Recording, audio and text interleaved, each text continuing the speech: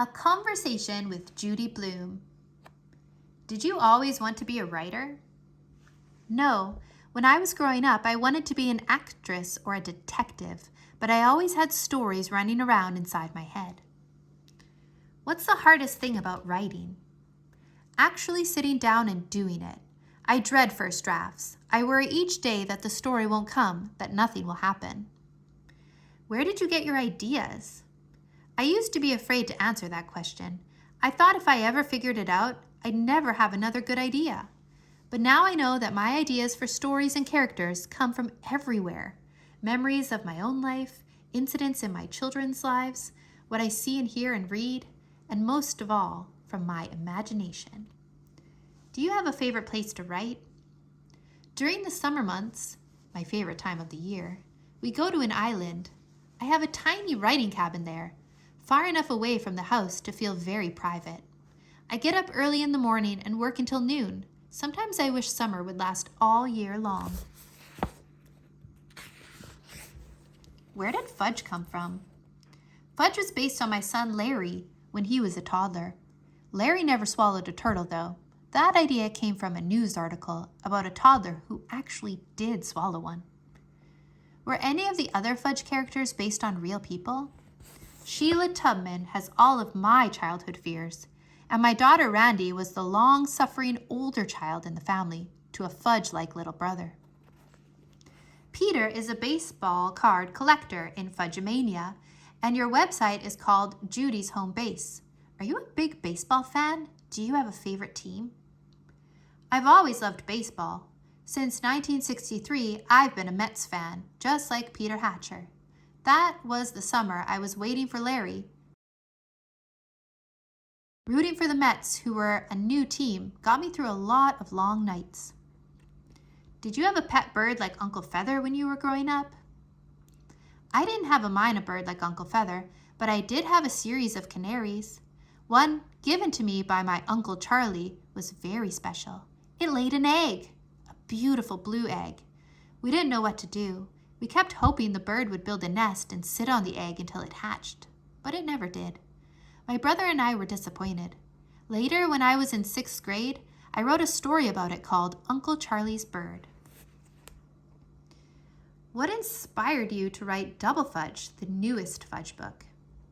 My grandson, Elliot. When Elliot was younger, he kept asking for another book about Fudge.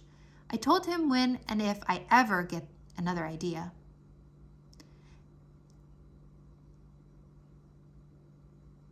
And just when I least expected it, an idea came to me. Of course, Double Fudge is dedicated to him. So what did Elliot think of Double Fudge? I gave him a printout of the book 6 months before it was published. He laughed a lot while he was reading it. I know because I was watching. Don't you hate it when people watch you as you read? Why did you make Fudge obsessed with money? When Elliot was Fudge's age, he thought all you had to do to get money was go to the ATM and put in your card. Every time he was told that something he wanted cost too much, he'd say, "So go to the cash machine." How did you come up with the idea for the Howie Hatchers of Honolulu, Hawaii? For me, the best part of writing is the surprise. I just go with it, letting my imagination take over. I really don't know where the Howies came from, but I'm really glad they did. Are you an experienced sock hockey player? I invented the game while I was writing the book, at least I think I did. But just to see what it would be like if there really were such a game, I asked Elliot and his friends to play. I gave them each a broom and I tossed a box of soup down for the puck. We didn't have any Jell-O in the house. Then I watched as they played, and this is what I learned. 1, brooms don't make the best hockey sticks. 2, a box of soup or Jell-O doesn't make the greatest puck. Ours fell apart before the end of the game, leaving dried soup all over the floor. 3, you have to time the game or the players might get wild and crazy. This is what happened at our house. 4, next time I invent a game, I'll try it out before I write about it. Have you ever seen someone reading one of your books without realizing that you were right there? Yes, many times. My daughter says she was once seated on a plane next to a young reader who had one of my books. When Randy introduced herself, the girl didn't believe her. She said, "Prove it." Then she asked Randy all sorts of questions about our family and the characters in my books.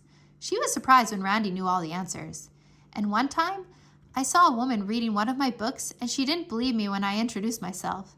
That's the usual reaction. People act as if you're totally crazy and move far away from you, even if your photo is on the back of the book. Do you ever wish you could be a kid again? Since I still feel like a kid, that's not necessary. Besides, I remember growing up too well to want to go through it all again. It's too hard. Do you like fudge, the candy? It's my all-time favorite. Do you think you'll write another fudge book anytime soon? Elliot would like me to, but I'm not making any promises.